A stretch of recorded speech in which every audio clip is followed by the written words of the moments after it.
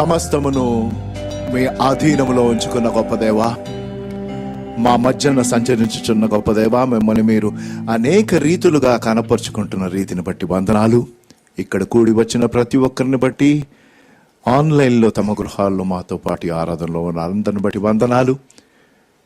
మీ మెల్లని స్వరమును మీరు మరొకసారి మాకు వినిపించినై ఉంటుండగా విని విశ్వసించి సంపూర్ణమైన విధేయత చూపించి మీ వాక్యపు వెలుగులో మేము నడవడానికి మా అందరికీ సహాయం చేయమని, మీ నామం ఎరగని వారు తమ జీవితాలు మీకు అర్పించుకొని వారు ఇంకా ఎంతమంది అయితే ఈ ఆరాధనలో పాల్గొంటున్నారు, అటు వారు ప్రభు తమ హృదయమును మీకు ప్రేమతో తెరిచి మిమ్మల్ని తమ జీవితాల్లోనికి ఆహ్వానించి తద్వారా పాప క్షమాపణ పొందుతూ రక్షింపబడి మీ ఉద్దేశాలు తెలుసుకునే స్థితికి వారిని నడిపించమని, అయోగ్య నన్ను మరొక్కసారి మీ సిలువ చాటును మరుగుపరిచి మీ మెల్లని స్వరమును మీరు మా అందరికీ దయచేస్తారని నమ్ముతూ యేసు ప్రభువు వారి శ్రేష్టమైన పరిశుద్ధ నామములో ఈ ప్రార్థన సమర్పించి వేడుకుంటున్నాను తండ్రి, ఆమేన్.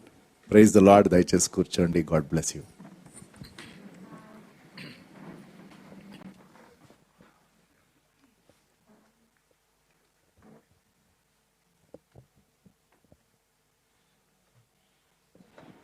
నేటి దిన ధ్యానం కోసం ఏర్పాటు చేసుకున్న వాక్య భాగం మీకు చెప్తాను.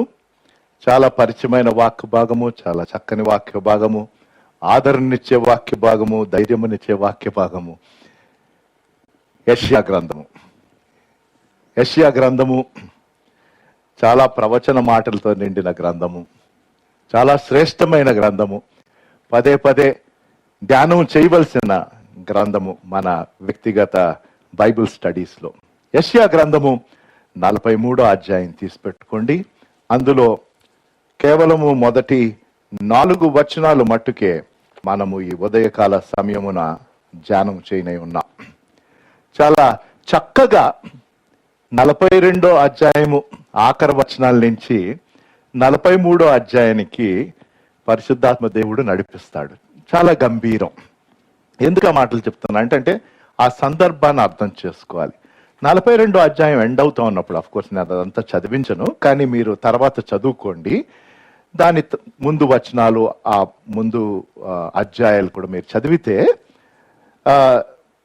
ఒక రకంగా బాధ, భయము కలుగుతూ ఉంటది. ఎందుకు అంటే దేవుడు ఆయన న్యాయవంతుడు కాబట్టి, తీర్పు తీర్చాలి కాబట్టి, ఇజ్రాయేలు జనాంగము, తాను ఏర్పాటు చేసుకున్న జనాంగము, వారు పదే పదే అవిధేయులై మళ్ళీ మళ్ళీ అన్యాచారాలకు వెళ్ళిపోతూ దేవునిని విశ్వసించక ఈ రీతిగా చేస్తా ఉన్నప్పుడు ఆయన వారిని గద్దించటం, తర్వాత శిక్షించటం మనం తరచుగా చూస్తాం.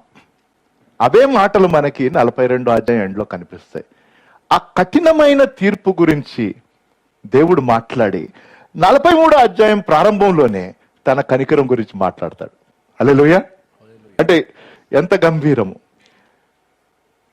అంటే దేవుని యొక్క కనికరము, ఆయన తీర్పును జయించే కనికరం. Hallelujah. That is what is the mercy of God. It triumphs over God's judgement. Just ఒక్క వచనము సందర్భం కోసం 42వ అధ్యాయంలో నుంచి నేను చదివించి 22వ వచనం, యెషయా గ్రంథం 43 మీరు తీసి పెట్టుకున్నారని ఆశిస్తూ 42వ అధ్యాయం 22వ వచనంలో మీకు అంటే ఎటువంటి కఠినమైన పరిస్థితుల గురించి దేవుడు మాట్లాడే ఆయన తీర్పు గురించి మీకు అక్కడ కనిపిస్తుంది. అది కేవలం రెఫరెన్స్ కోసం నేను ఇస్తున్నాను. అయినను ఈ జనము అపహరింపబడి దోపుడు సొమ్మాయను ఎవరును తప్పించుకొనకుండగా వారందరూ గుహలలో చిక్కుబడి ఉన్నారు. వారు బందీ గృహములలో దాచబడి ఉన్నారు. దోపుడు పాలేరి విడిపించువాడెవడునూ లేడు. అపహరింపబడిరి తిరిగి రప్పించుమని చెప్పువాడెవడునూ లేడు. మీకు అర్థమవుతుంది కదా? అంటే జస్ట్ ఆ తీవ్రత తెలియడానికి, అంటే ఎలాంటి పరిస్థితులు తన ప్రజల మీదకి వచ్చినాయో రాబోతున్నాయో దేవుడు వర్ణించాడు. అయితే అది చెప్పిన తర్వాత దేవుడు తనలోని ఆ గంభీరమైన గుణగణాన్ని ప్రదర్శిస్తూ తన బిడ్డల పట్ల ప్రథమంగా ఇది ఇజ్రాయేలు జనాంగమునకు రాయబడింది, మనకి తెలుసు. కానీ ఈరోజు మనం అది ధ్యానం చేయుచుండగా ఆయన నామం ముందు విశ్వసించిన మనందరికీ ఈ వాక్య భాగము వర్తిస్తుంది. ఇంకొక వచనము నూతన నిబంధనలో నుంచి, అంటే తీర్పు గురించి తర్వాత కనికరము గురించి చాలా చక్కని వివరణ యాకోబు పత్రిక, అంటే హెబ్రీలకు రాసిన పత్రిక వెళ్ళి దాని వెంటనే మీరు తిప్పితే మీకు యాకోబు పత్రిక దొరుకుతుంది. నూతన నిబంధన యాకోబు పత్రిక 2వ అధ్యాయము రెఫరెన్స్ ఇస్తాను, 12వ వచనము, 13వ వచనం, యాకోబు 2:13. కనికరము చూపని వాడు కనికరము లేని తీర్పు పొందును. కనికరము చూపని వాడు కనికరము లేని తీర్పు పొందును. కనికరము తీర్పును మించి అతిశయపడును. హల్లెలూయా. హల్లెలూయా. ఏంటంట? కనికరము ఏంటి? తీర్పును మించి అతిశయపడును. ఇంగ్లీష్ ట్రాన్స్లేషన్ లో mercy will triumph over judgment అన్నట్టు. అది దేవుని కనికరం. వావ్. దానిని బట్టే మనం అందరము ఈ రీతిగా ఉన్నాం. రైట్. ఇప్పుడు మన మూల వాక్య భాగానికి వచ్చేద్దాం. నేను వేరే ఇంకా ఏమి రెఫరెన్సెస్ ఉండవు కాబట్టి 43వ అధ్యాయము యెషయా గ్రంథం మీరు తీసి పెట్టుకున్నట్లయితే అక్కడ మనకి ఈ చక్కని చేంజ్ ఓవర్ అనుకుందాం, స్విచ్, తీర్పు నుంచి దేవుని యొక్క కనికరమును రుచి చూసే గంభీరమైన చక్కని వాక్య భాగము. అంటే ఒక రకంగా మనం చూస్తే దేవుడు చాలా తీవ్రమైన దృక్పథం కలిగి ఉన్నాడు. ఏంటి అంటే తన కనికరాన్ని ప్రతి ఒక్కరు రుచి చూడాలి. తన కనికరము ఈ కఠినమైన పరిస్థితులు వారి అవిధేయతను బట్టే అయినప్పటికీ దేవుడు వారిని దర్శించి తీర్పును గురించి చెప్పి వారిని హెచ్చరిస్తూ అది తన బాధ్యత. అదే రీతిగా దాని పక్కనే నా కృప నా కనికరం ఉన్నది, అది మీరు స్వీకరించండి అని ఒక కీలకమైన మాట మనకి 43వ అధ్యాయము 2వ వచనంలో మనకు కనిపిస్తుంది. అది మూల మాటలుగా తీసుకొని ఆ 4 వచనాలు మనం 3 విషయాలు చూసి క్లుప్తంగా ముగించుకుంటాం. 43వ అధ్యాయము 2వ వచనం చదివిస్తున్నాను. ఆ మాటలేంటో నేను మీకు చూపిస్తాను. నీవు జలములలో బడి దాటునప్పుడు నేను నీకు తోడయుందును, నదులలో బడి వెళ్ళినప్పుడు అవి నీ మీద పొర్లి పాడవు. నీవు అగ్ని మధ్యను నడిచినప్పుడు కాలిపోవు, జ్వాలలు నిన్ను కాల్చవు. హల్లెలూయా. నేను అందులో అండర్లైన్ చేసి హైలైట్ చేసుకున్న మాటలు ఏంటంటే నేను నీకు తోడై ఉన్నాను. హల్లెలూయా. అండ్ అక్కడ ఉన్న ఆ వివరణ మనం ఇప్పుడు డీటెయిల్ గా చూద్దాం. కాబట్టి శీర్షిక నేను ఈ 2వ వచనం నుంచి తీసుకున్నాను. ఆ 2వ వచనంలో 2 తెలుగు పదాలు, నీవు జలములలో బడి దాటినప్పుడు, తర్వాత లాస్ట్ లో జ్వాలలు నిన్ను కాల్చవు. కాబట్టి చాలా రైమింగ్ గా ఫ్యాన్సీగా ఉంటుందని జలములు జ్వాలలు అని పెట్టాను. నా తెలివితేటలు కాదు, ఇక్కడి నుంచి 2 మాటలు తీసి పెట్టుకున్నాను. నాకు అంత తెలివితేటలు లేవు. రైట్.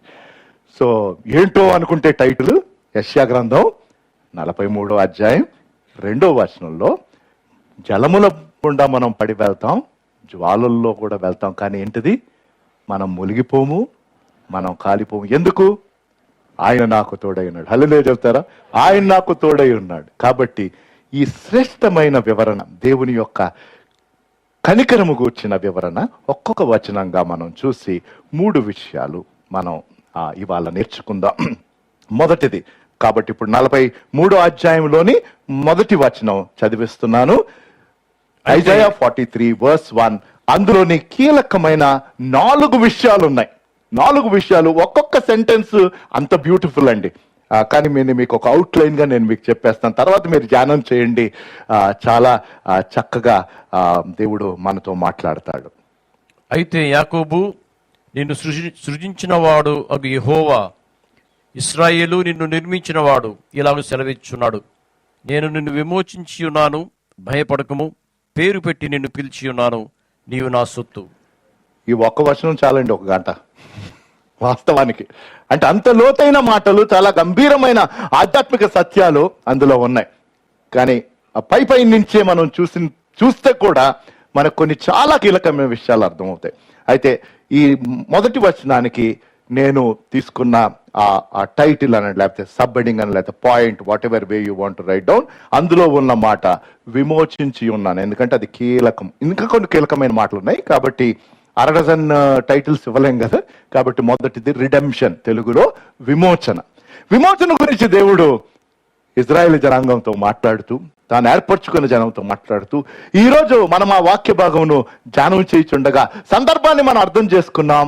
ఇప్పుడు ప్రభు మనకి ఏం చెప్తున్నాడు అన్నది మనం పరిశీలించుకున్నట్లయితే, ఈ వచనం ద్వారా 4 శ్రేష్టమైన విషయాలు ప్రతి ఒక్కరి పట్ల దేవుడు చెప్తున్నది. ప్రతి ఒక్కరి పట్ల, ప్రతి మనిషి పట్ల దేవుడు చెప్తున్నది.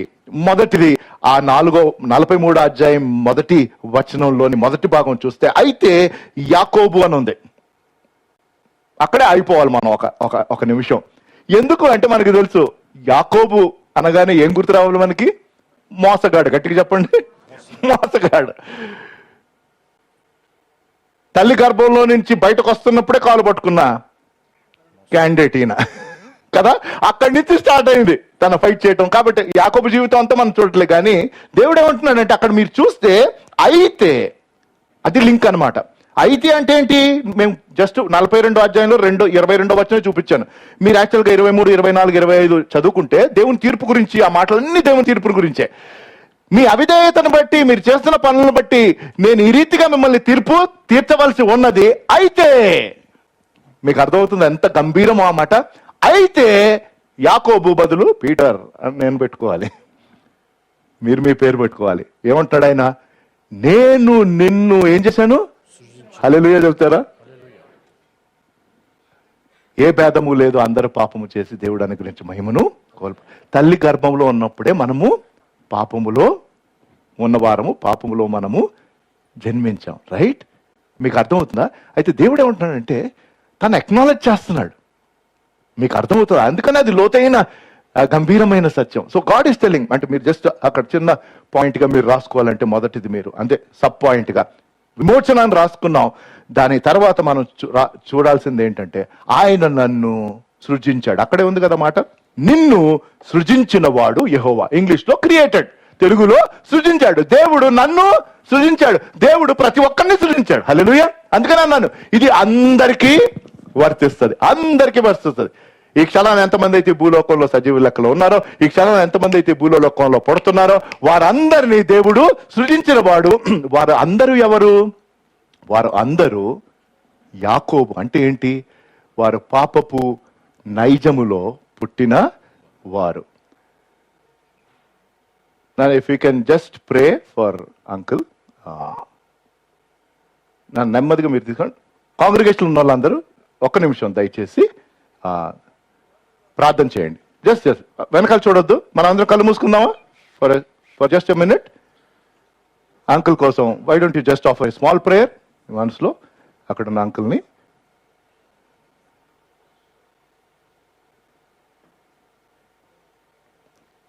Continue to pray.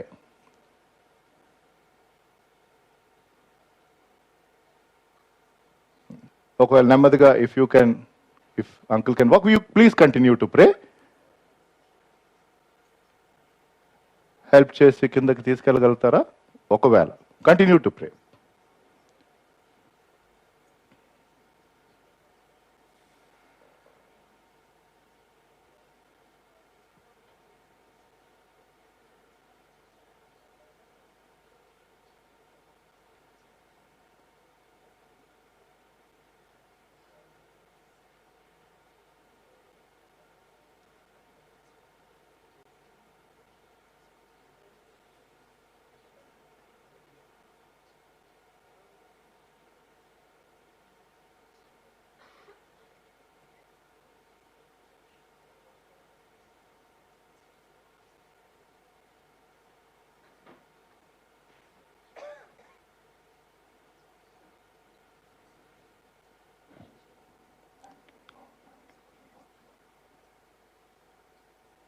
Praise God. వందనాలు. ప్రార్థించిన మీ అందరికీ వందనాలు. వారు లెగిసి నడవగలుగుతున్నారు. కొంచెం డిజీగా ఫీల్ అయి ఫెయింట్ అయి ఉంటారేమో, ఐ డోంట్ నో. నేను సరిగ్గా చూడలేకపోయాను. కానీ ఈ ప్రైజ్ గాడ్ వారు కిందకి వెనకాల రూమ్కి నడిచి వెళ్ళగలిగారు.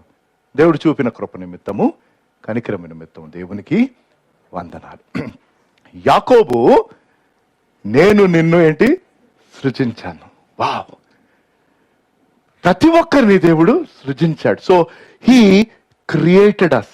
అంటే మనకు అంత టైం లేదు, అందరూ అన్నాను అవి ఒక వచనంలోనే చాలా టైం అయిపోతుంది. అంటే దేవుడు ఏం రిమైండ్ చేస్తున్నాడంటే ప్రతి ఒక్కరు పుడుతున్నవారు పాపములోనే పుట్టుతున్నవారు, కానీ వారందరినీ సృజించిన వాడను నేను అని తాను ఆ రీతిగా ఐడెంటిఫై చేసుకుంటున్నాడు.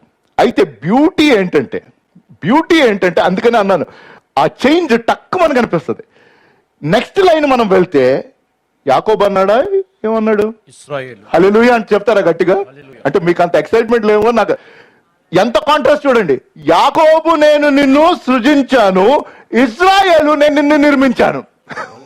వావ్, ఇజ్రాయెల్ ఎవరు? Changed person. యాకోబు నుంచి ఇజ్రాయెల్ గా ఎక్కడ జరిగింది? దేవునితో పాటు కుస్తీ చేస్తున్నప్పుడు. రాత్రి అంతా 20 సంవత్సరాలు అయిపోయింది దేవుని నుంచి దూరంగా, మోసగాడుగా పారిపోయాడు, జ్యేష్ఠత్వ హక్కును దొంగిలించాడు, తండ్రి దగ్గర దీవెని దొంగిలించాడు, తర్వాత వెళ్ళిపోయాడు, 2 భార్యలు, బోల్డ్ ఆస్తి. ఇప్పుడు ఈశావును కలవడానికి వస్తున్నాడు, భయపడుతున్నాడు ఏమవుతుందో వాళ్ళ అన్నను చూస్తే. అందుకనే ఫ్యామిలీని అంతా ఒక చోట పెట్టేసి, ఆస్తి అంతా ఒక చోట పెట్టేసి ఒక్కడే వెళ్ళిపోయాడు. వెళ్ళి ప్రార్థిస్తున్నాడు. దానికంటే మించిన కుస్తీ జరగలే. ఇప్పుడు రెజ్లింగ్ మ్యాచ్ చూడాలంటే అది చూడాలి. తెల్లవారు చుండగా అని ఉంటది, వదిలిపెట్టట్లేదు. ఏంటి ప్రేయర్ రిక్వెస్ట్ అంటే ఒకటే ప్రేయర్ రిక్వెస్ట్, ఒకటే లైన్, నీవు నన్ను దీవించు దీవించు దీవించు అనేసరికి తన తొడగుటిని సదిలించి నీ పేరేంటి అన్నాడు. రైట్, నీ పేరు అని ఏంటి అనేసరికి ఏమన్నాడు? యాకోబు అన్నాడు. గమనించాలి, నేను ఎన్నో 100 సార్లు చెప్పాను, కానీ లవ్ టు టెల్ ఇట్, మళ్ళీ గుర్తు చేయాలని. లోకరీత్యా తన తండ్రి అయిన ఇస్సాకు 20 సంవత్సరాల క్రితం నీ పేరేంటంటే ఈశావు అన్నాడు. మర్చిపోవద్దు. యాకోబు ఈశావు బట్టలు వేసుకొని ఈశావు అన్నాడు. తాట పాపం చూపు సరిగ్గా లేదు, స్కిన్ హెయిర్ అంతా చూస్తుంటే ఈశావు లాగానే ఉంది, కానీ స్వరము లేదు ఈశావే అన్నాడు. దేవుడు కొట్టాక రాత్రి యాకోబు అన్నాడు. దేవుడు ఏమన్నాడు? కుదరదు, నువ్వు ఇశ్రాయేలు. వావ్, మీకు అర్థమవుతుందా? యాకోబువే కరెక్టే. యాకోబుగానే నేను నిన్ను సృజించాను, కానీ ఇశ్రాయేలుగా నేను నిన్ను ఇప్పుడు తయారు చేస్తున్నాను. వావ్, ఎందుకు? విమోచన అన్న మాట అక్కడ ఉంది. ఆయన విమోచిస్తేనే యాకోబు నుంచి ఇజ్రాయేల్ అవుతావు, లేకపోతే యాకోబుగానే ఉండిపోతావు. మీకు అర్థమవుతుందా? కాబట్టి second is God is telling I have changed him. I have created, second I have changed. నేను మార్చాను నిన్ను. ఎందుకంటే నువ్వు యథార్థంగా ఒప్పుకున్నావు, అంతే కదండి. దేవుని దగ్గరకు వచ్చి మనము పుట్టుకతోనే పాపులమని మనం ఆయన సన్నిధిలో యథార్థంగా ఒప్పుకుంటే ఆయన ఏమంటాడు? నేను నిన్ను క్షమించేశాను, నువ్వు ఒప్పుకున్నావు కాబట్టి. ఇక నీ పాత జీవితంతో నీకు లింక్ లేదు, నువ్వు నూతన సృష్టి, నీ పేరు మారిపోయింది అని దేవుడు ఆ రీతిగా చెప్పటం. అదే యెషయా గ్రంథం 43వ అధ్యాయంలోనే, జస్ట్ రెఫరెన్స్ కోసం మీకు 2 వచనాలు చూపిస్తాను, చదివిస్తాను కూడా. 43వ అధ్యాయం మొదటిగా 7వ వచనం చూద్దాం. చాలా చక్కని వచనం. నా మహిమ నిమిత్తము నేను సృజించిన వారిని, నా నామము పెట్టబడిన వారిని అందరినీ తెప్పించుము. వావ్, నేనే వారిని కలుగజేసి తిని, నేనే వారిని కలుగజేసి తిని, వారిని పుట్టించిన వాడును నేనే, వారిని పుట్టించిన వాడు నేనే.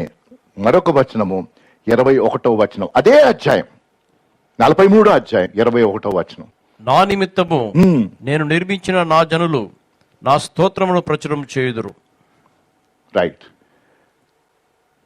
ఎందుకు ఈ రెఫరెన్సెస్ అడిషనల్ గా మీకు అధ్యాయంలో చూపించానంటే, దేవుడు ఎంత ఖచ్చితంగా స్పష్టంగా ప్రతి ఒక్కరిని ఆయన సృజించిన వాడని, ఆయన విమోచించుట ద్వారా ఆయన మనుషుల జీవితాలని నిర్మిస్తున్నాడని మనం అర్థం చేసుకోవచ్చు. కాబట్టి 3వది అంటే ఆయన మనల్ని సృజించిన దేవుడు. 2వది ఆయన మనలను విమోచించిన వాడు. ఎక్కడుందది? అదే 43వ అధ్యాయంలోని 3వ లైన్లో ఉంటుంది. నేను నిన్ను విమోచించి ఉన్నాను. అయితే ఎందుకైతే అంత ప్రాముఖ్యము? నా తీర్పు ఎంత కఠినంగా ఉన్నప్పటికీ, అయితే యాకోబు నిన్ను సృజించిన యెహోవాను నేనే, ఇశ్రాయేలు నిన్ను నిర్మించిన వాడు ఈలాగు సెలవిచ్చుచున్నాడు. He created us, He changed us, He claimed us. And then it is beautiful. ఆ వచనంలో మనం చూసినట్లయితే నేను నిన్ను విమోచించి ఉన్నానని ఆ 4వ లైన్ చాలా గంభీరం. ఇది కూడా ఒక 2-3 నిమిషాలు మనం టైం స్పెండ్ చేయాలి ఇందులో. అని అంటున్నాడు, భయపడకము. దేవుడు విమోచించిన బిడ్డలో ఇక మన పాత జీవితం గురించి భయపడవలసిన అవసరము లేదు. మీకు అర్థమవుతుందా? అక్కడ దేవుని గురించి, దేవుని పట్ల మనకు భయభక్తులు ఉండాలి. మిస్అండర్స్టాండ్ చేసుకోవచ్చు. ఇక్కడ భయపడకము అంటే ఏంటి? యాకోబు, ఇక నువ్వు యాకోబు కాదు, నువ్వెవరు? ఇశ్రాయేలు. నేను నిన్ను విమోచించాలి కాబట్టి నువ్వు. మీకు అర్థమవుతుందా? హల్లెలూయా. అది గంభీరం. మనం దేవునికి భయపడాలి. ఎస్, దేవుని పట్ల ఆ గౌరవం మనకు ఉండాలి. అబ్సల్యూట్లీ. ఎందుకు? ఆయన పరిశుద్ధుడు. కానీ దేవుడు అంటున్నాడు, నేను నిన్ను విమోచించాను, నిన్ను నూతన సృష్టిగా చేశాను, కాబట్టి నువ్వు భయపడద్దు. ఎందుకు? దాని తర్వాత ఇంకా బ్యూటిఫుల్గా ఉంటుంది. పేరు పెట్టి నిన్ను పిలిచిన వాడు నీవు నా సొత్తు. కాబట్టి 3వది called us. First what did he do? Created us, సృజించాడు. 2వది ఏం చేశాడు? Changed up and claimed us, మనల్ని ఆయన విమోచించాడు. 3వది ఏంటి? పేరు పెట్టి పిలిచాడు. ఇప్పుడే మనం ఒక పేరు పెట్టాం ఓ బిడ్డకి. అందరూ ఆ బాబును ఆ పేరుతో పిలుస్తారు. ఉన్న 2 పేర్లు ఏదో పేరుతో, రైట్? జనరల్గా ఈ దినాల్లో నాకు తెలియదు కానీ బిడ్డలు పుట్టినప్పుడు సహజంగా, ఐఎమ్ షూర్ ఇప్పుడు కూడా కంటిన్యూ అవుతుంది, ఫ్యామిలీ మెంబర్స్ పేరు ఎప్పుడో 1 నెల తర్వాత, 2 నెలల తర్వాత, ఈ మధ్య 1 సంవత్సరం అయ్యాక కూడా డిసైడ్ అవ్వట్లేదు. ఎందుకు నాకు తెలీదు. దట్స్ ఓకే, నేను ఎవరి మీద కమెంట్ చేయట్లేదు. కానీ పుట్టిన ఫస్ట్ 1 వీక్లోనే మమ్మీ డాడీ లేకపోతే వాళ్ళిద్దరు కలిసి ఒక్కొక్కళ్ళు వాళ్ళకి నచ్చిన ఒక ముద్దు పేరు పెట్టేసుకుంటారు. ఏమండి, ఎంతమంది ఇక్కడ పిల్లలు ఉన్నారు? మీరు పిల్లలు ఉన్నారు? చేతులు ఎత్తండి. మీరు పెట్టుకోలేదు ముద్దు పేరు? ఎందుకు ఆ మాట చెప్తున్నా అంటే, ఆ పేరుతో ఆ వ్యక్తి పిలిచినప్పుడు అది ఎంత క్లోజ్ అంటే నేను వివరించలేకపోతున్నాను, కానీ మీకు అర్థమవుతుంది అనుకుంటున్నా. ఇప్పుడు జనరల్గా మనము అఫీషియల్గా పేరు పెట్టుకొని రికార్డ్స్ అన్నిటి ఆ పేరుతో పిలువబట్టడం ఒక ఎత్తు. మన సన్నిహితమైన వారు ప్రేమతో ఒక పేరుతో పిలుస్తున్నప్పుడు, వారు ఆ పదమును వాడి మనల్ని పిలిచినప్పుడు అది వారికి ఎంత ప్రియమో మనం ఊహించలేము. అది ప్రతి తల్లిదండ్రులకు అర్థమవుతుంది. ఆ లాంగ్వేజ్ ఇక్కడ మీకు అర్థమవుతుందా? నేను నిన్ను పేరు పెట్టి పిలిచానంటే నేను ముద్దుగా నిన్ను ఏం పిలవాలని నేను ఆశపడి పెట్టిన పేరుతోనే నిన్ను పిలుస్తున్నాను అంటున్నాడు. హల్లెలూయా చెప్తారు ఒకసారి. అంటే మీకు డీప్గా ఆలోచించాలంటే, దేవుడికి నా గురించి ఒక ముద్దు పేరు ఉందని నేను ఊహించుకోవాలి. ఆ ముద్దు పేరుతోనే నన్ను పిలుస్తాడు ఆయన. ఎందుకు? నా వంటి వాడు పుట్టలేదు, పుట్టబోడు. మీకు అర్థమైతే సంతోషం. దీనికంటే నేను వివరించలేను. పోనీ ఇంకొక ఎగ్జాంపుల్ ఇస్తానండి బైబిల్లో నుంచి. యేసుప్రభు పునరుద్ధానం చెందిన తర్వాత మొట్టమొదటి కలిసింది మగ్దలేనే మరియ, రైట్? యోహాను సువార్త 20వ అధ్యాయంకి వెళ్దాం. యోహాను సువార్త 20వ అధ్యాయము, జస్ట్ ఒక వచనమే. మగ్దలేనే మరియ పాపం ఏడుస్తుంది. ఆయన ఎక్కడికో తీసుకొని వెళ్ళిపోయారు అంటది. మీరు ఎక్కడ దాచిపెట్టి చెప్పండి, నేను బాడీని తీసుకొని వెళ్తాను. అవన్నీ అయిపోతాయి.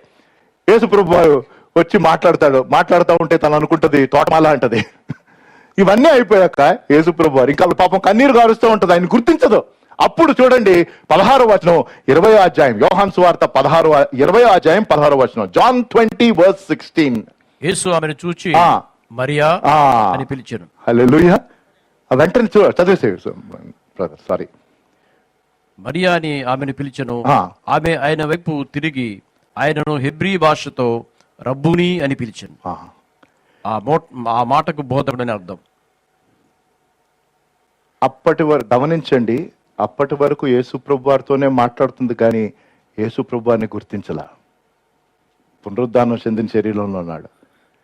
కానీ ఎప్పుడైతే యేసుప్రభు వారు తన సజీవు లెక్కలో ఉన్నప్పుడు మగ్ధలేని మరియని మరియా అని పిలిచాడో అదే పేరుతో పునరుద్ధానం చెందిన యేసు ప్రభు వారు మరియా అనగానే రబ్బోని అన్నది. అర్థమైందా? పేరు పెట్టి పిలవటం అంటే అది, పేరు పెట్టి పిలవటం అంటే అది. అంటే అంత ప్రియముగా దేవుడు తన బిడ్డలను, తనను విమోచించిన ప్రతి బిడ్డను తన ముద్దు పేరు పెట్టుకొని పిలుస్తున్నాడు. నిన్ను నన్ను you are called. And plus ఏమంటున్నాడు? మీరు నా సొత్తు. అంటే అదే కదా కొరింథీయులకు రాసిన పత్రికలో ఉంటుంది, మనకు తెలిసిన రెఫరెన్స్. మీరు మీ ఏంటది? మీరు మీ సొత్తు గారు, విలువ చేత కొనబడేవారు, కావున మీ దేహంతో దేవుణ్ణి కనపరచండి. ఎందుకు? మనం మన సొత్తు కాదు, ఎందుకంటే మనల్ని ఆయన తన రక్తం ఇచ్చి కొనుక్కున్నాడు కాబట్టి అది ఆయన సొత్తు. అయినా మనకు ఫ్రీడమ్ ఇచ్చాడు. ఆలోచించండి, ఏమన్నా ఆలోచించండి. ఇలాంటి ఓనర్ ఎవడైనా ఉంటాడా? నాకు తెలిసి ఎవరు ఉండరు. పూర్తి ఖర్చు ఆయన పెట్టి, తన ప్రాణం పెట్టి మనల్ని తన సొత్తుగా చేసుకొని అంటున్నాడు. అయినా నీ జీవితం నువ్వు నన్ను నడిపించమని కోరితే అప్పుడే నడిపిస్తాను, లేకపోతే నేనేం చేయను బాబు అంటున్నాడు. అది మొదటి వచనంలోని ఆ గంభీరమైన విషయాలు. మొదటి వచనం ద్వారా మనం నేర్చుకున్నదేంటి, లేక దేవుడు మనకి గుర్తు చేసిందేంటి? ఒకే ఒక పదం, ఏదేంటి? దేవుడు నన్ను విమోచించాడు. విమోచింపబడక మునుపు నేను సృష్టింపబడిన వాడను, విమోచింపబడిన తర్వాత నేను మార్చబడిన వాడను, ఆయన సొత్తైన వాడను, ఆయన నన్ను పిలుస్తున్నాడు. అంతే కదా?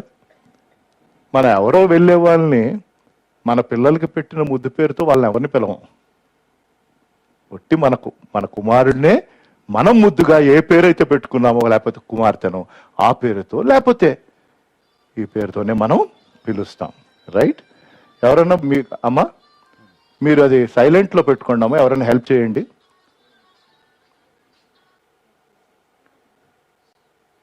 మందిరానికి వచ్చినప్పుడు దయచేసి సైలెంట్లో పెట్టుకొని రండి, లేకపోతే ఎవరైనా సహాయాన్ని కోరండి. ఓకే, అది మొదటిది. రెండవది, ఇంకా మనకు 3 వచనాలు ఉన్నాయి. రెండవ వచనము మనం చూస్తే అక్కడ మరికొన్ని చక్కని గంభీరమైన విషయాలు మనకి. అందులో మనం చూడాల్సింది, నేను స్టార్టింగ్లో నేను చెప్పినట్లు, నేను నీకు తోడై ఉన్నాను. అంటే దేవుడు ఒక ఖచ్చితమైన తీర్మానాన్ని తీసుకున్నాడు. కాబట్టి మొదటి వచనం ద్వారా మనం దేవుడు మనకి చెప్పింది, వాళ్ళ గుర్తు చేసింది, ఆయన మనల్ని విమోచించాడని. సెకండ్ వచనం ద్వారా మనం గుర్తుపెట్టుకోవాల్సింది ఏంటంటే ఆయన తీర్మానం తీసుకున్నాడు. First is redemption, second is resolution. తీర్మానం, అంతే కదా? గవర్నమెంట్ వాళ్ళు అంటారు, it is be so and so, this is the resolution that is pass. Committee members resolutions pass చేస్తారు కదా, మనకు తెలుసు ఆ పదం. కానీ దేవుడు తీసుకున్న తీర్మానం చాలా గంభీరమైన తీర్మానం. ఏ పరిస్థితులలో, ఎందుకంటే ఆ పరిస్థితులు ఖచ్చితంగా వస్తాయి. కనీసం ఇంతకుముందు మనం నమ్మకపోయినా ఈ ఆల్మోస్ట్ 2 years ప్రపంచమంతా చూసింది, ఇంకా చూస్తున్నది, ఇంకా బయటపడని పరిస్థితులు ఏంటంటే కోవిడ్ సిచ్యువేషన్. రైట్? ఎంత భయంకరమైన పరిస్థితులు. ఒక చిన్న వైరస్ భూప్రపంచం అంతా ఉన్న ప్రజలను అల్లకల్లోలం చేస్తున్నదే. ఈ వచనం ద్వారా మనం అర్థం చేసుకోవాల్సింది ఏంటంటే, ఈ లోకరీత్యా మనకి ఈ క్లిష్టమైన, కష్టమైన, సవాలుతో కూడిన బాధ కలిగించే, భయం కలిగించే, గుండె పగిలే పరిస్థితులు ఖచ్చితంగా వస్తాయి, విశ్వాసులకి అవిశ్వాసులకి. తేడా ఏంటయ్యా అంటే, అవిశ్వాసీ పరిస్థితులు గుండా వెళ్ళినప్పుడు వారు బయటపడలేకపోవచ్చు, కృంగిపోవచ్చు, పిగిలిపోవచ్చు. కానీ మనం ఆ పరిస్థితులు గుండా వెళ్తున్నప్పుడు మనం ఖచ్చితంగా స్థిరంగా ఉండగలుగుతాం. ఎందుకు అంటే ఒకటి, నేను మీకు తోడై ఉన్నాను. That's all. It is beautiful. కాబట్టి రెండవ వచనం మరొకసారి చదువుకుందాం. యెషయా గ్రంథం 43వ అధ్యాయం మనం ధ్యానం చేస్తున్న వాక్య భాగంలోని 2వ వచనము. నీవు జలములలో బడి దాటినప్పుడు నేను నీకు తోడయుందును, నదులలో బడి వెళ్ళినప్పుడు అవి నీ మీద పొర్లి పారవు. రైట్. కాబట్టి మొదట మనం గుర్తుపెట్టుకోవాల్సింది, ఆయన సన్నిధి మనతో పాటు ఉన్నది. హిస్ ప్రెసెన్స్ ఎక్కడుంది? అక్కడే ఉంది. ఏంటది? నేను నీకు తోడై ఉన్నాను. గమనించాలి, ఇది ఒక గంభీరమైన వాగ్దానము. పరిశుద్ధ గ్రంథములో అలల గురించి, కెరటాల గురించి, అగ్ని గురించి, కొన్ని సందర్భాల్లో, ముఖ్యంగా కీర్తనల్లో, నేను అవన్నీ రెఫరెన్సెస్ ఇవ్వట్లేదు, కానీ కీర్తనలో మనం చూసినప్పుడు లేక ఇతర భాగాల్లో ఎక్కువగా కీర్తనలో మీరు ఎప్పుడైనా మీరు రీసెర్చ్ చేసి మీరు చూడొచ్చు, అవి చాలా భయం కలిగించే పరిస్థితుల వివరణ. ఉదాహరణకు ఎందుకు మీకు జస్ట్ ఒక ఎగ్జాంపుల్ ఇస్తాను. 69వ కీర్తన మొదటి వచనం, అంటే కేవలం మీకు ఒక ఎగ్జాంపుల్ గా, అంటే కీర్తనాకారుడు ఎలా వివరిస్తున్నాడు. దేవా, జలములు నా ప్రాణం మీద పొర్లుచున్నవి, జలములు నా ప్రాణం మీద పొర్లుచున్నవి, నన్ను రక్షించు. అంటే అది మీకు తెలుస్తుంది ఇంటెన్సిటీ. మన వ్యక్తిగత కుటుంబ సంఘ జీవితాల్లో కూడా కొన్నిసార్లు ఇలాంటి తీవ్రమైన పరిస్థితులు, లైక్ ఒక ఫోర్స్ వచ్చేసి మనల్ని కొట్టినట్టు, రైట్? అదే యెషయాలో దేవుడు గుర్తు చేస్తున్నాడు. ఇక్కడ ఏమంటున్నాడంటే, నీవు జలములలో పడి దాటునప్పుడు, అంటే మనము జలముల్లో పడతాము, కానీ అక్కడున్న చక్కని వాగ్దానము, అంటే నేను నీకు తోడై ఉన్నాను. అయితే వాగ్దానం ఏంటంటే, మీరు జలములలో పడి ములిగినప్పుడు అనలేదు. అక్కడ హైలైట్ చేసి పెట్టుకోవాల్సింది ఏంటి? నేను జలముల్లో పడతాను, లేక జలములు నా మీదకి వస్తాయి, అలల వెళ్ళి నన్ను కొడతాయి. అది అనారోగ్య సమస్య కావచ్చు, ఆర్థిక సమస్య కావచ్చు, వేరే ఏదైనా కావచ్చు. కానీ దేవుని బిడ్డగా దేవుడు నాకు ఇస్తున్న వాగ్దానం ఏంటంటే, నేను జలములలో పడి ఏమవుతాను? దాటుతాను. హల్లెలూయా. ఏం చెప్పాలి మీరు? నా పరిస్థితుల నుంచి అవతలికి దాటాను. ఎందుకు? హల్లెలూయా. ఆయన నాకు తోడై ఉన్నాను కాబట్టి నేను ఖచ్చితంగా దాటాను. అది మనకి నిరీక్షణ ఇవ్వాలి. If somebody is sitting here or somebody who is listening who doesn't have hope today, God is telling there is hope in our crossing because He is with us. ఆయన మనతో పాటు ఉన్నాడు కాబట్టి మనము దాటి వెళ్తాం. అది ఎంత కష్టమైన పరిస్థితి అయినా. మీరు, నేను, సంఘంలో ఉన్నవారు ఎంతమంది అయితే వాక్యం వింటున్నారో, ఒకవేళ మీలో ఎవరైనా క్లిష్టమైన పరిస్థితుల్లో మునిగిపోయిన వారన్నట్లయితే గమనించండి, దేవుడు అంటున్నాడు, నువ్వు జలములలో పడి దాటునప్పుడు there is hope in my crossing. Some people think we can never cross. మేము దాటలేమండి. ఈ పరిస్థితుల్లో నుంచి అవతలకి మేము వెళ్ళలేము. దేవుడు అంటున్నాడు, నేను నీతో పాటు ఉండి దాటిస్తాను. హల్లెలూయా. నేను నీతో పాటు ఉండి దాటిస్తాను. నేను ఉన్నాను, నేను ఉన్నవాడను అను వాడనై ఉన్నానని సెలవిచ్చిన దేవుడు. ఇలా చాలా వచనాలు ఉన్నాయండి. అంటే కీర్తనల్లో, అంటే అగ్ని గురించి కూడా వివరిస్తూ అట్లాంటి క్లిష్టమైన పరిస్థితులు. బైబిల్లో, ఇంగ్లీష్ బైబిల్లో చక్కని పదాలు, అందులోని ఒక పదజాలం ఏంటంటే ఇట్ కేమ్ టు పాస్. ఇది కూడా దాటడానికే వచ్చింది. ఇట్ కేమ్ టు పాస్ అంటే ఎస్ వచ్చింది, కానీ ఇది కూడా వెళ్ళిపోతుంది. హల్లెలూయా. అది చాలా నిరీక్షణించే మాటలు. It came to pass. ఎక్కడ ఎక్కువగా మీకు ఇది కనిపిస్తుంది అంటే, ఉదాహరణకి ఏంటంటే ఆ 10 తెగుళ్ళు. ఇంగ్లీష్లో ఆ నిర్గమకాండం 14వ అధ్యాయంలో ఆ తెగుళ్ళు గురించి ఇప్పుడు చూడనవసరం లేదు. ఇట్ కేమ్ టు పాస్, ఇదో it came to pass, it came to pass అన్నది మీకు కనిపిస్తుంది. రెండవది మన మూల వాక్య భాగంలో, మొదటిది నీవు జలముల్లో పడి దాటునప్పుడు, దాని తర్వాత నదులలో వడిలినప్పుడు అవి నీ పొర్లి పారవు, నేను నీకు తోడై ఉన్నాను. కాబట్టి first there is hope in our crossing. మీరు దాటునప్పుడు దేవుడిస్తున్న వాగ్దానము, మనకి ఉన్న నిరీక్షణ, మీరు దాటుతారు. ఎందుకు అంటే నేను మీకు తోడై ఉన్నాను. కాబట్టి there is hope in our crossing and there is hope because of his company. ఆయన మనకి తోడై ఉన్నాడు గనక మనకు అవతలికి దాటడానికి ఒక గొప్ప నిరీక్షణ ఉన్నది. మరొక్క వచనము నేను నూతన నిబంధనలో నుంచి దీనికి అనుబంధంగా మీరు చూసుకోవాలని ఆశపడుతూ, పేతురు రాసిన మొదటి పత్రిక 4వ అధ్యాయము 12వ వచనం. 1 Peter 4th chapter 12th verse. పేతురు రాసిన మొదటి పత్రిక 4వ అధ్యాయము 12వ వచనం ఒకసారి చూద్దాం. ప్రియులారా, మిమ్మల్ని శోధించుటకు మీకు కలుగుచున్న అగ్ని వంటి మహాశ్రమను గూర్చి మీకేదో ఒక వింత సంభవించినట్లు ఆశ్చర్యపడద్దు. క్రీస్తు మహిమ బలపరచబడినప్పుడు మీరు మహానందముతో సంతోషించు నిమిత్తము క్రీస్తు శ్రమలలో మీరు పాలివారై ఉన్నంతగా సంతోషించుడి. హల్లెలూయా. పరీక్షల గురించి ఏ పదం వాడారు? అగ్ని. రైట్, అంతే కదా.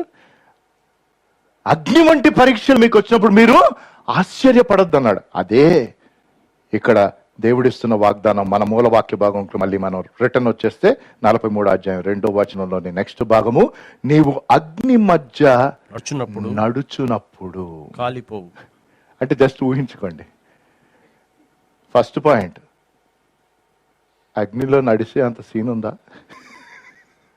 ప్రాక్టికల్ గా ఆలోచించండి. అంటే ఆ డెప్త్ చూడాలి మీరు. నేను కూడా మామూలుగా ఎన్నోసార్లు వాక్య భాగం చదివాను, అంతగా నేను అంత డీప్ గా ఆలోచించలే. కానీ పదే పదే చదివినప్పుడు మానవరీత్యా సహజంగా ఆలోచిస్తే ఎవ్వరం ఫస్ట్ అగ్నిలోకి వెళ్ళటమే మన వల్ల కాదు. వెళ్ళాక అందులోంచి పరిగెత్తుకుంటూ వెళ్ళిపోవాలి. ఉదాహరణకి ఇంట్లో ఫైర్ వచ్చింది అనుకోండి, హల్లెలూయా స్తుతి మహిమ అనుకొని నడుస్తాడు ఆవిడన్నా? చెప్పండి. వి వాంట్ టు రన్ కదండి. Yes no? బట్ అంటే ఆయన సన్నిధి అంటే మీరు అంటే అది ఒక అంటే లిటరల్ గా కాదు, it's more like an analogy. అంటే అగ్ని మనల్ని కాల్చేసే పరిస్థితి, అంటే అంత తీవ్రమైన వేడి ఉంది దేన్ని బట్టైనా. అయితే నేను నీకు తోడై ఉన్నాను కాబట్టి నువ్వు ఆ తీవ్రమైన పరిస్థితుల నుంచి పరిగెత్తావు. ఏంటి? నడుస్తావు. ఆలోచించండి ఎంత లోతైన సత్యము. నీవు అగ్ని మధ్య నడుచున్నప్పుడు. ఎగ్జాంపుల్ ఎక్కడండి? పాత నిబంధనలు ఒకసారి పోనీ అది గుర్తు చేసుకోండి. అగ్ని లోపల ఉన్న వాళ్ళు ఎవడు లిటరల్గా వెళ్ళిన వాళ్ళు మీకు అర్థమవుతుందా? వాళ్ళు అలా ఉన్నారు. ఎందుకు? 4వ వ్యక్తి వచ్చాడు. వావ్, అది లిటరల్గా జరిగింది. అది దేవుడు అంటున్నాడు సాదృశ్య రూపంగా, నేను నిన్ను విమోచించాను కాబట్టి, నేను నిన్ను పేరు పెట్టి పిలిచాను కాబట్టి, నువ్వు నా సొత్తు కాబట్టి నువ్వు అగ్నిగుండం వెళ్తావు, జ్వాలలు నిన్ను కాల్చవు, జలములు నీ మీద పడినప్పుడు నువ్వు ఏం చేస్తావు? నడిచేదావు. అబ్బా ఎంత గంభీరమో చూడండి. అంటే స్థిరంగా ఉంటాం అన్నమాట. దేవుడి యొక్క శక్తిని బట్టి, ఆయన మనకిచ్చిన వాగ్దానాన్ని బట్టి, ఆయన ఇచ్చిన సన్నిధిని బట్టి. నీవు అగ్ని మధ్య నడుచున్నప్పుడు కాలిపోవు, జ్వాలలు నిన్ను కాల్చవు. అంటే ఒకటేమో స్టడీగా ఉండగలుగుతాం, రెండవది సేఫ్గా ఉండగలుగుతాం. జ్వాలలను కాల్చమంటే ఏంటి? సేఫ్టీ. సేఫ్టీ అంటే దేవుని భద్రత ఉన్నది, రెండవది దేవుని బలం ఉన్నది. కాబట్టే అగ్ని మధ్య నువ్వు నడిచినప్పుడు, అగ్ని మధ్య నడిచే శక్తి దేవుడిస్తానంటున్నాడు. ఆయన సన్నిధిని బట్టి, ఆయన వాగ్దానాన్ని బట్టి. ప్లస్ నువ్వు కాలిపోవు. What a promise. ఇది ఆయన తీసుకున్న తీర్మానం, రెజల్యూషన్. ఏంటా తీర్మానం? నేను నీకు తోడై ఉన్నాను, నువ్వు జలముల మధ్యగా వెళ్తావు, అలలు నిన్ను కొడతాయి, అగ్ని జ్వాలల మధ్యలో నడుస్తావు, అని ఆ జ్వాలలు నిన్ను కాల్చవు. మనల్ని కూల్చడానికి, కాల్చడానికి దేవుడు తీవ్రమైన పరిస్థితుల్లోకి మనల్ని అనుమతించట్లా.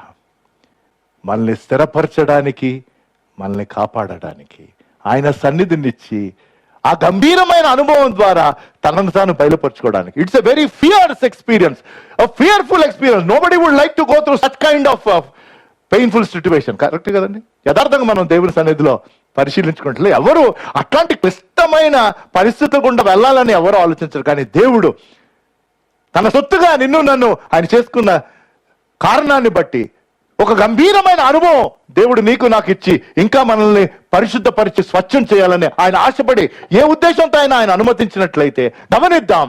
అది ఎంత కష్టమైనప్పటికీ, అది ఎంత భయమును కలిగించేదైనప్పటికీ ఆయన అంటాడు, నేను నీకు తోడే ఉన్నాను, నా అనుమతి లేకుండా ఏది జరిగే ఛాన్సే లేదు. That is his resolution. 3-4 వచనాల ద్వారా ఇంకొక విషయం అర్థం చేసుకొని ముగించుకుందాం. మూడవది యెహోవానగు నేను ఆ. నీకు దేవుడను, చాలా గంభీరం అండి. చదివేసేయండి బ్రదర్. ఇశ్రాయేలు పరిశుద్ధ దేవుడనైన నేనే నిన్ను రక్షించువాడను.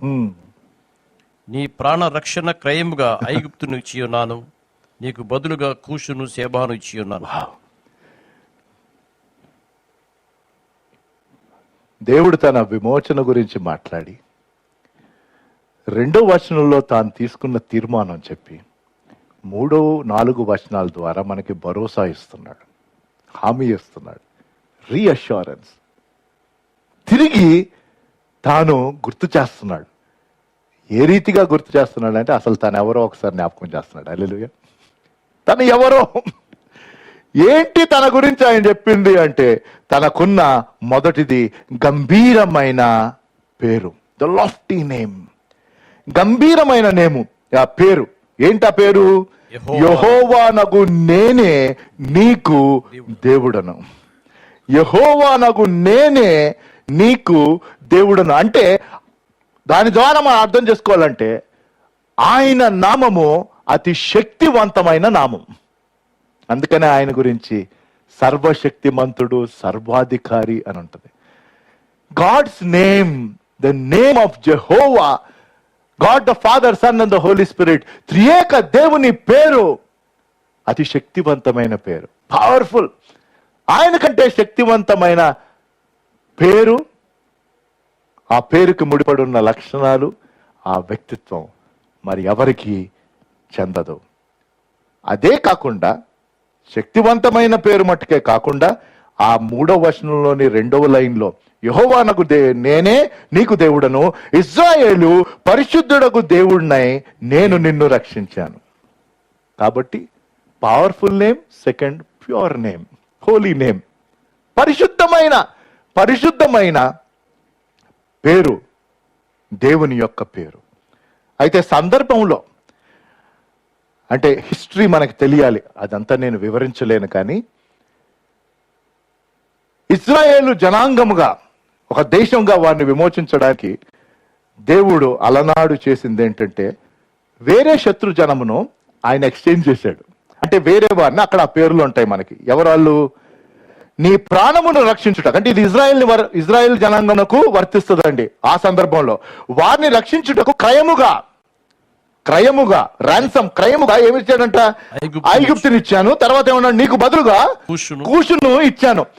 అంటే ఇది చరిత్ర, నేను అందులోకి వెళ్ళట్లేదు ఎందుకంటే టైం అవుతుంది. కానీ జస్ట్ మీరు గుర్తుపెట్టుకోవాల్సింది ఏంటంటే ఇజ్రాయెల్ ఆదిన అంటే అప్పుడు ఆ యుద్ధాలు జరుగుతున్న ఈ వచనాల గురించి ఆ సందర్భంలో మనం అంటే బ్యాక్గ్రౌండ్ మనకి తెలియాలంటే దేవుడు తన గంభీరమైన జ్ఞానమును బట్టి, తన ఉన్న శక్తిని బట్టి తను ఏం చేశాడు అంటే ఇజ్రాయేలును శత్రురాలు వచ్చి దాడి చేసి స్వాధీనం చేసుకోకుండా వేరే జనమును, ఇక్కడ 2 జనాలు ఐగుప్తి, కూషు, వారిని అప్పగించేసి వీళ్ళని విడుదల చేశాడు. చూడండి. కానీ మనలను విడుదల చేయడానికి, మానవులను పాపము నుంచి విడుదల చేయడానికి ఆయన చేసిన ఒకే ఒక క్రయదానం ఏంటి? యేసుప్రభు వారిని పంపించాడు. హల్లెలూయా. ఇక్కడ ఈ సందర్భంలో క్రయముగా ఐగుప్తును, కూషును ఇచ్చాడు. కానీ మన పాపమునకు క్రయముగా తన స్వంత కుమారుని ఇచ్చాడు. మీరు అర్థమవుతుందా? అంత లోతైన విషయం. అది ఆయన మనకిస్తున్న ఆ గంభీరమైన హామీ, లేక వాడుక భాషలో భరోసా. ఉన్నతమైన నామము రెండవది, ప్రేమ కలిగిన స్వభావము లేక ప్రేమించే స్వభావము. ఎక్కడున్నది అంటే 4వ వచనంకు వెళ్ళాలి. 3 చూసేసాం కదా. 4వ వచనంలో, దాంతో నేను ముగించేస్తాను. నీవు నా దృష్టికి ప్రియుడవైనందున, నీవు నా దృష్టికి, అండర్లైన్ చేసుకోండి, ఎవరు? నేను అని చెప్పండి. నేను దేవునికి ఏంటి? ప్రియుడనైతినా? గనుడవైతివా? నీవు నా దృష్టికి ప్రియుడవై ఉన్నందున గనుడవైతివి.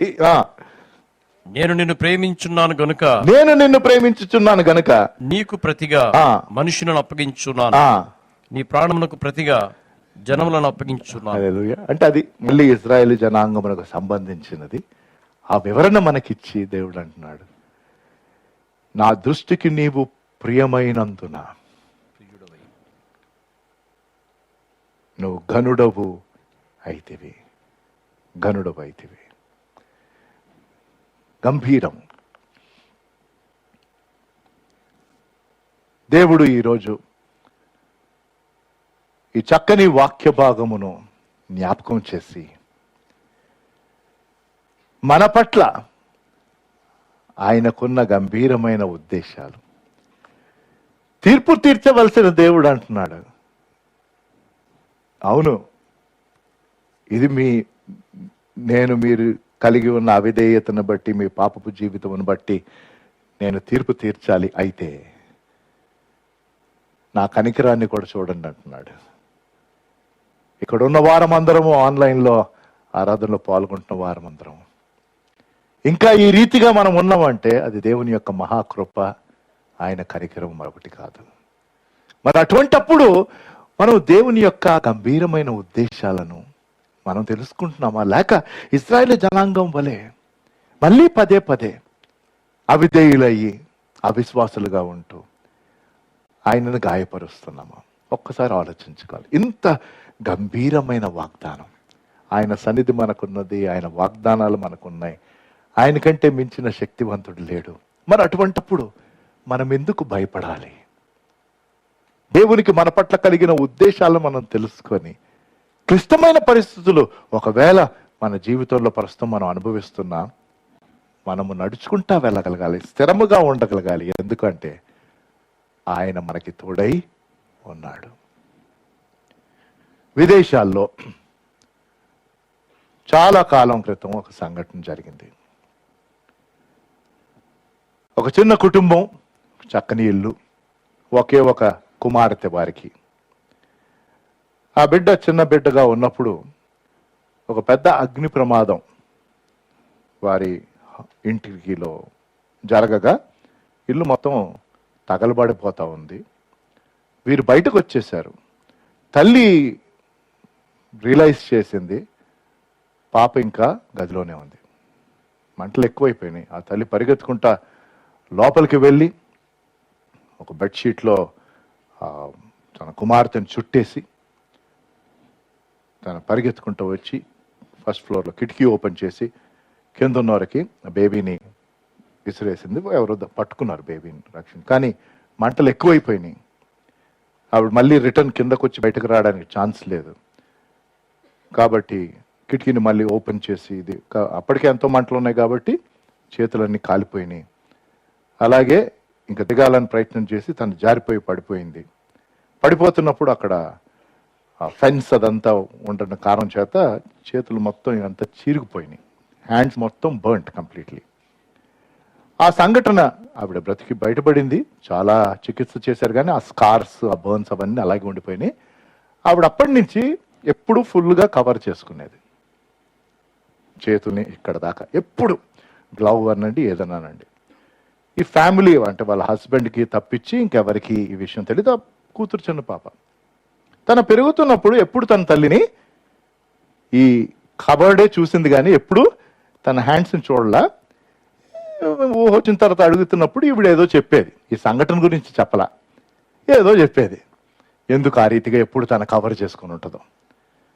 ఆ బిడ్డ ఎదిగి పెద్దదైన తర్వాత ఒకరోజు ఈ తల్లి గదిలోకి వచ్చినప్పుడు ఆవిడ అప్పుడే అది ఓపెన్ చేసుకొని ఏదో క్రీమ్ రాసుకోవటం ఏదో చేస్తుంది. కుమార్తె చూసింది, ఆ చేతులు భయంకరంగా ఉన్నాయి, మొత్తం చిరిగిపోయి.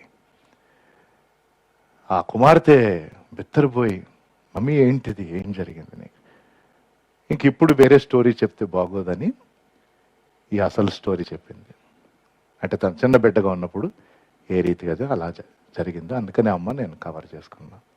ఆ కుమార్తె తన తల్లి రెండు చేతుల్లో పట్టుకొని ఇలా తన ముఖం దగ్గర పెట్టుకొని ముద్దులు పెట్టి, what beautiful hands, what beautiful hands అన్నట్టు. దీనికంటే ముద్దైనా చేతులు ఇంకెవ్వరివి లేవు మమ్మీ అని బోరుము నేడుస్తూ ఉంది. Our Lord's hands are the most beautiful. And don't forget, ఇంకా ఆయన చేతిలో తన గాయపు మచ్చలు ఉన్నాయి. ఆయన పునరుద్ధానం చెందిన శరీరమే కానీ పాపపు మరకలు ఉన్నాయి. అవి నీ పాపము, నా పాపం. ఎన్నోసార్లు మర్చిపోతాం మనం. రక్షింపబడి ఈ ప్రయాణంలో ఎంతో దూరం వెళ్ళిపోయాక కొన్నిసార్లు ఆ రక్షణ విలువను మర్చిపోయామేమో. దేవుడు అంటున్నాడు, నేను నిన్ను విమోచించాను. యాకోబు నేను నిన్ను సృజించాను, ఇశ్రాయేలు నేను నిన్ను నిర్మించాను. దేవుడు మన జీవితాలను కడతానే ఉంటాడు. Praise God. ప్రార్థన చేసుకుందాం. దేవుడిచ్చిన మరొక చక్కని సమయాన్ని బట్టి ఆయన సన్నిధిలో ఈ రీతిగా కూడుకొని దేవుని వాక్యం ధ్యానం చేయడానికి ఎంతో మంది గృహాల్లో ఉండి ఈ ఆరాధనలో పాల్గొని దేవుని వాక్యమును వినగా దేవుడు చెప్పిన ఈ గంభీరమైన మాటలను పదే పదే గుర్తు చేసుకొని తిరిగి ధ్యానం చేయండి. ఆ వాక్య భాగం, ఆ అధ్యాయం, ఆ ముందున్న అధ్యాయం, అందులోని ఆ లోతైన విషయాలు పరిశుద్ధాత్మ దేవుడు మీకు బయలుపరచాలి. ఈరోజు కృతజ్ఞత కలిగిన హృదయంతో దేవునికి వందనాలు చెప్దాం. అయ్యా, యాకోబు నుంచి ఇశ్రాయేలుగా చేశావు నాయన. ఒక పాపిగా ఉండే నన్ను పరిశుద్ధపరిచావు, మీకు వందనాలు. ఇంకా రక్షణ లేని వారు ఎవరైనా ఇక్కడ ఉన్నట్లయితే దయచేసి ఈ తరుణాన్ని సద్వినియోగం చేసుకొని మీ హృదయం ఆయనకు అర్పిస్తారా? మీకోసం ప్రాణం పెట్టిన దేవుడు పేరు పెట్టి నిన్ను పిలిచి తన సొత్తుగా చేసుకోవాలని ఆశపడుతున్నాడు. మీ జీవితం ఆయనకు అర్పిస్తారా? అర్పించిన వారం క్లిష్టమైన పరిస్థితుల్లో ఉన్నవారు దేవుడు అంటున్నాడు, నువ్వు దాటి వెళ్తావు. హల్లెలూయా, నువ్వు దాటి వెళ్తావు. ఎందుకు? యెహోవానగు నేను నీ దేవుడును, నిన్ను ఘనపరుస్తానని అంటున్నాడు. మీ ప్రార్థన మనవులు దేవునికి సమర్పించే సమయము అదే రీతిగా మీ పుట్టినరోజులు కానీ, వెడ్డింగ్ యానివర్సరీస్ కానీ, గత వారం కానీ, ఈ రోజు కానీ మీరు జరుపుకుంటున్నట్టయితే మిమ్మల్ని బట్టి దేవునికి వందనాలు. మా దయగల దేవా, పరిశుద్ధుడా, మీరు మాకు ఇచ్చిన ఈ చక్కని సమయాన్ని బట్టి, మీ శ్రేష్టమైన మాటలను బట్టి వందనాలు. ఎవరెవరైతే ప్రభు తమ ప్రార్థన మనవులు మీకు సమర్పించారో వారిని బట్టి మీకు కృతజ్ఞత తెలుపుతూ నాయన సహాయం చేయండి. మీ ఉద్దేశాలు వారి పట్ల బయలుపరిచి మీ కార్యాలను వారి మధ్యన జరిగించండి. మీ చిత్తమును నెరవేర్చండి. అది గ్రహించుకునే జ్ఞానమును వారికి దయచేయండి. నూతన సంవత్సరాలు పొందిన వారిని బట్టి వందనాలు. దీవెనకరపు దయా సంవత్సరపు కిరీటాలు వారికి ఇచ్చి ఆశీర్వదించమని యేసు నామములో ఈ ప్రార్థన వేడుకుంటున్నాను తండ్రి. ఆమేన్.